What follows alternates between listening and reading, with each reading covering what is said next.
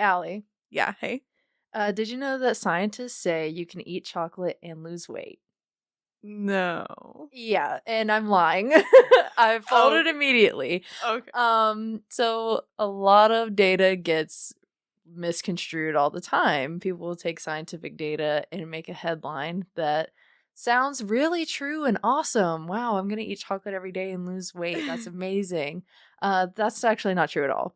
Okay. Yeah. You just gaslit me? Yeah, I just gaslit you, and a lot of Not cool. media gaslights you too, not to get too into media literacy and things like that. But that's what we're going to be talking about today, data accessibility. I'm Alexis. I'm Allie. And welcome back to Green Thread. Put on your headphones, get comfy, and we're going to dig into data accessibility and framing scientific research and framing headlines so that way you will read them.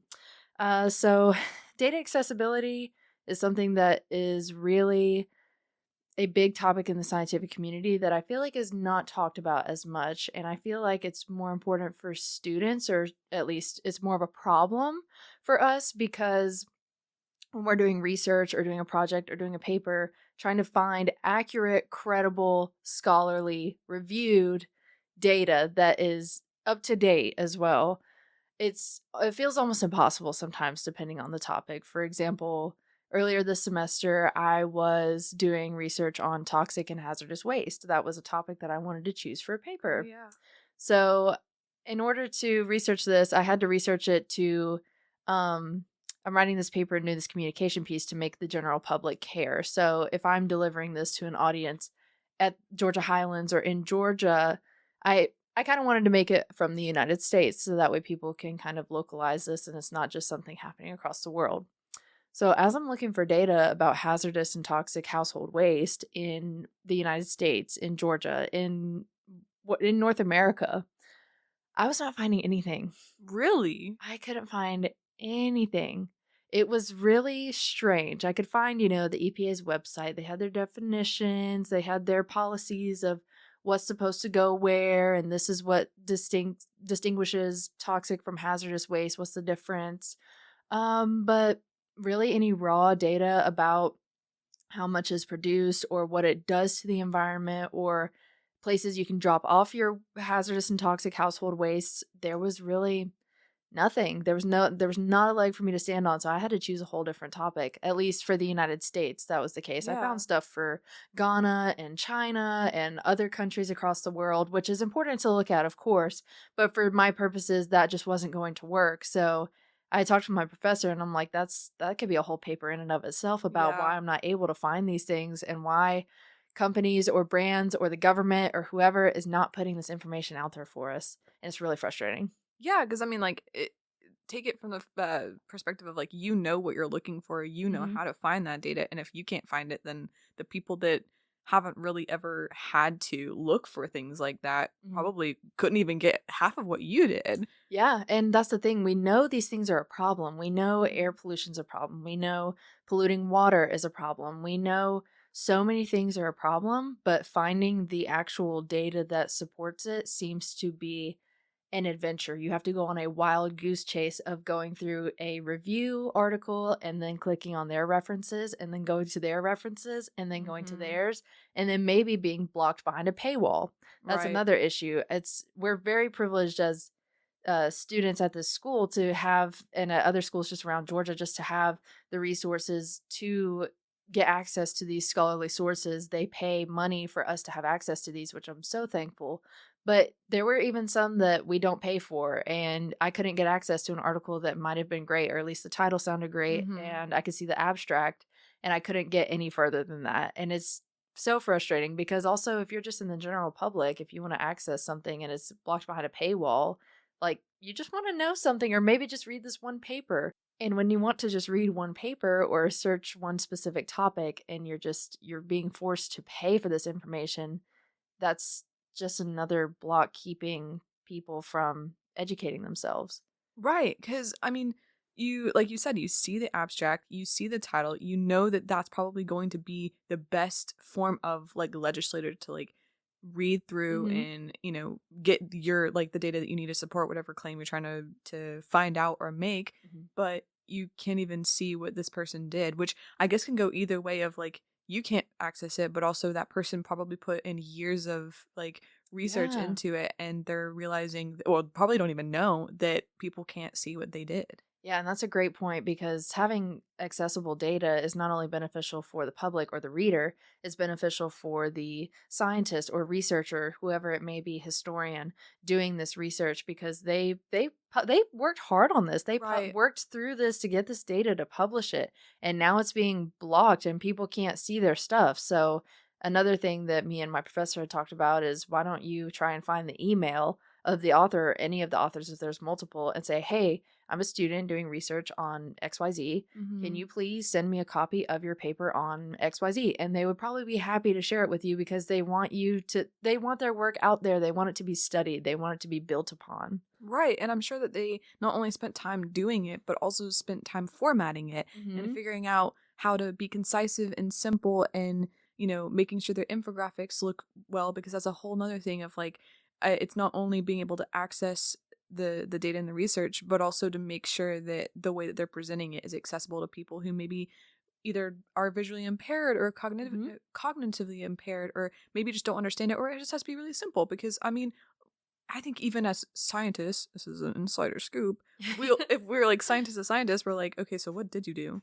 Yeah, exactly. And that's a great point about the infographics and things being accessible to people and being able to determine, what is true and what's credible and what we can trust. And that kind of goes back to framing, which, if you are just listening, you didn't hear my spiel about framing in the beginning, but if you're watching visually, you did. And people can take wording is very important, and Mhm. you can find a research article that kind of barely supports what you're saying and make it so generic that it sounds really good and that it's Yeah. going to just mislead people everywhere. And the same thing with graphs and any type of infographic, any pictures or anything. People can, take their data, their raw data, and create a graph. And if some data looks a little, that doesn't really look great, they can up the scale on it maybe Mhm. and make one bar on the graph look this huge and the other graph looks super tiny. And that looks like, wow, this is really a huge difference. That's some really important data. When in reality, it could be a difference of only, X amount of units, 100 or 10 or whatever, but they just they skew it so that way it kind of more supports what they're saying just to kind of get a get a quick grab of attention from people, get those clicks, those views, those reads. Right. And especially if people are able to read it and actually like digest what they're trying to say, then it not only is effective for the scientists, but also it's effective amongst the people in the public, because they're gaining confidence in the scientific Mhm. research that they're looking at, because they're like, oh wow, I understand this. I get the point across, and there's like facts in front of me. Now let me go find, research from this other topic that I've been wondering about. Like, Mhm. it starts building that like mutual trust, and that's what I think the barrier in a lot of data inequality is like, there's some sort of fine line that kind of separates us from the public, or the audience that we're trying to contact, because we could say all the things that we need to say in Mhm. the way that makes most sense to us, but if the people that are we want to talk to aren't understanding it, it's the same way as me and you talking right now. Like, Right. if I say something you don't get it, you're like, huh? Versus them who can't talk, but they might not know, they can email, like you were just mentioning, which is a Yeah. great point, but they might just go with those questions for the rest of their life and Mhm. probably never know what the person was trying to say. Yeah, absolutely. And I was just thinking, I'm so sorry if we're ever saying something and we are using scientific jargon and you have no idea what that means. Like, I am Right. so sorry. But I was just thinking of in the way of framing as well, greenwashing is a huge issue Yeah. and just framing things to where, oh, look at us, we look really good. Like, not necessarily a headline, but just framing their either environmental impact assessment or the reports or their mission statement regarding sustainability. And they say, oh, well, we cut down on this, or we're Mhm. doing great. We're releasing a clothing line within our brand that is all sustainable. For example, H&M has Yeah. a conscious, I don't know what is conscious something, and they say that it's sustainable, but it's like, why don't you do that with all your clothes? Why don't you do that with every product? So the way that companies present themselves, the way that media presents itself is also just very important in looking at. there's a whole web that when it comes to data and research and what is credible, what's not, what you can access, what you can't, and yeah, what you can trust and what you can't. Exactly. Research integrity is so important, which is also, it sucks that it then becomes on the responsibility of the person who's trying to like read or understand or like see the practices and try to learn how they can be more sustainable, because then they're reading to these like false claims, which Mhm. are actually kind of hiding the myths in that specific company or brand. Mhm. And that's why it's really important to cross reference. Yeah. So like if they're saying one thing but then somebody else has gone in and kind of debunked what they were saying and found like the falsity underneath their greenwashing, Mhm. then you can kind of be like, well, that doesn't match. And Mhm. so maybe they're not being as honest as they should be. Yeah, for sure. And like you were talking about before I went on my spiel about greenwashing, about just finding multiple sources and being able to cross reference, like you had just mentioned, that builds credibility and that builds confidence in your Mm-hmm. work. For example, my topic that I ended up choosing for that specific class was e waste because I was able to find more about it. Yeah. But again, I was running to the problem of not finding much about the United States. I still was able to find enough to get my work done, but it was still a little sus that I couldn't Mm. really find Imposter. too much. Yeah, you're sus. The government, whoever is in charge of that, I don't know. And I found the most recent credible one that I found really was from like, at least it was scientific, scholarly, peer reviewed raw data was from 2016. And I think they were using data from 2012. Mm. So that's 12 years old, which is Right. that's crazy. Don't talk to me about how far away 2012 is, but just it's just insane. It's so frustrating. Like I could just go on a whole rant about how frustrating it is accessing data and data inequality, things like that. Yeah, and also like we're saying all these things, and I noticed we haven't really like kind of said, well, how can you identify or maybe be able to sift through all of the loud voices that might be saying something that's not completely true. And I have a couple of like um I guess how to points or steps. The first one is like checking for the exaggerations. We're talking about like places that are kind of falsely claiming one thing and it seems like so good, like the whole chocolate thing, it seems Mhm. too good to be true.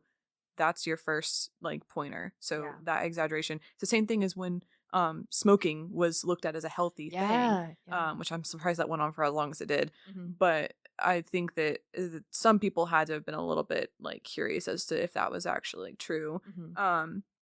Also, I feel like a lot of places when they greenwash, they tend to kind of be pretty obvious about the fact that they're not being sustainable with their packaging. Yeah.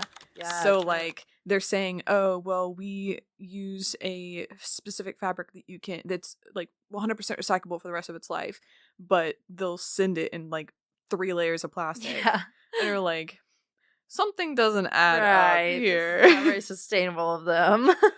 No. And then also just like researching. Like I mean, what we're talking about how it's really hard to find proof, I guess you could say, about all these different claims that scientists may be having with their research and their data, but also you just like the fact that Alexis here is a great example. Not only did you struggle like finding something for your Mhm. research project, but you kept looking. You Yeah. put in the effort to find something, and maybe you had to change your scope a little bit. Maybe you had to change your entire project, but you found something Yeah. once you like put in the effort to do that. And Mhm. that's what people just, not to say that you're lazy, but I feel like a lot of people do just kind of get tired really quickly and give up. Mhm. And then they're never going to find the answer anywhere. Yeah. Which again is a problem, not that it's your fault. Like it's the people's fault that can't like get their data out there to like the whole data inequality. Yeah. But it is still a two-way responsibility street in my opinion. And also just look for unsubstantial claims. Like, I think it's really, really obvious in a way if someone's saying something and it just doesn't add up, Mhm. or if there's like say you were looking at a bar graph and there were, I don't even really know an analogy on the spot, but like the data just doesn't look like it makes sense. Mhm. Well, it probably doesn't. Yeah. And that's a uncommon, unfortunate common thing is when like companies are having to dispute the proof for what they're doing or about what they're doing. And unfortunately, somebody in a higher power probably has said, but what you're finding contradicts what I'm trying to give to the public Yeah. or how it can bring money into me. I was about to say, especially with money, hey, this is Mhm. interfering with my ability to make money, so Yep. I am going to either buy you out or hide your information or just bury it deep within the web. And like you said, not to call people lazy, but we all kind of go to Google Mhm. and just, oh, I want to know about cats, search up cats or, cat biology or something. We all just want that first result or the first page. I Right. don't know many people who go to the second page of Google to look for Yeah. something if it's not there. They just give up. And that's, unfortunately, data accessibility is not necessarily our fault, which as people going into the scientific field, we can help with accessing Mhm. data, but it is the public's burden to bear. And you have to know how to, like you were saying, giving a couple of pointers on how to spot data that may not be the most trusted or the most credible. There are a few sites that may not necessarily have things blocked behind a paywall. Like for school, I've used PubMed, and that's really anything biology or science related. So I'm not necessarily sure about other fields such as history or English or things like that. So there may be something specific for other fields, but also I think this one you may have to pay for, but Galileo is a very common database search platform that's used in schools. As even in high school, I use Galileo, and now in college, I'm using it. But just kind of do your research, and if you are ever questioning the credibility of a source, send it to a friend, send it to Mhm. us, and we'll investigate for you or help you find an article that you would want to read that is credible. I would be so down to do that. So, feel free. Absolutely. And that's a great like point of, if you have someone in your life that might not be like a nerd when it comes to science, Mhm. but they do genuinely find like happiness in this field, I don't think that they would be like aggravated at you for asking them for help on navigating the web and especially with trying to find this. And I mean, uh great like resources to Mhm. look for, but you can also just look for Google Scholar or like Yeah, anything Google that's like Scholar is a great one. right there.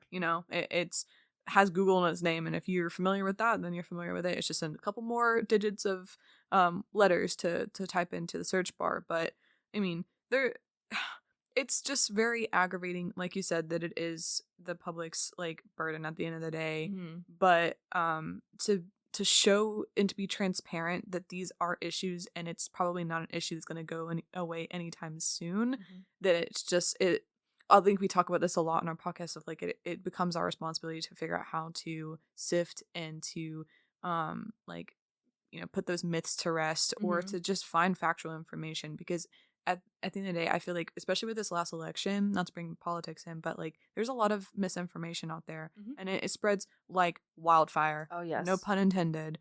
Yeah. But it genuinely does. And so rather than that fire spreading and becoming intangible or you can't put it out at that point, it to cut it back as quick as you can and to just like say you're trying to find something and you're like, wow, I really just don't have the energy to look Mhm. for this. All right, well, find somebody else that will and they'll help you. Or even like Alexis was saying, just send us a reference. We have Yeah, forms in our please. link tree Mhm. for podcast topics, which please fill that out. Let us know what kind of content you want us to have or like what you want us to talk about. But also there's a thing for questions, and always put in anything you ever like want to talk to us about or any help that we might be able to give to you, because while we're sitting here telling you that these issues are a thing, we're also here to, take the load off because it does feel a little bit doom and gloom, and we're like, Mhm. all these things are there, and you might not find what you want, but also, you know, we'll fill that cup. We'll do what we can. Absolutely, and that's why we do what we do. We want to help people and to stop the spread of misinformation, wildfires. So definitely keep staying curious, keep pulling on that green thread. Thanks for joining us talking about data accessibility. Fill out our forms if you have any questions or if you need to contact us, please reach out. We're so open to everything. But stay tuned next time. Yeah. Bye, guys.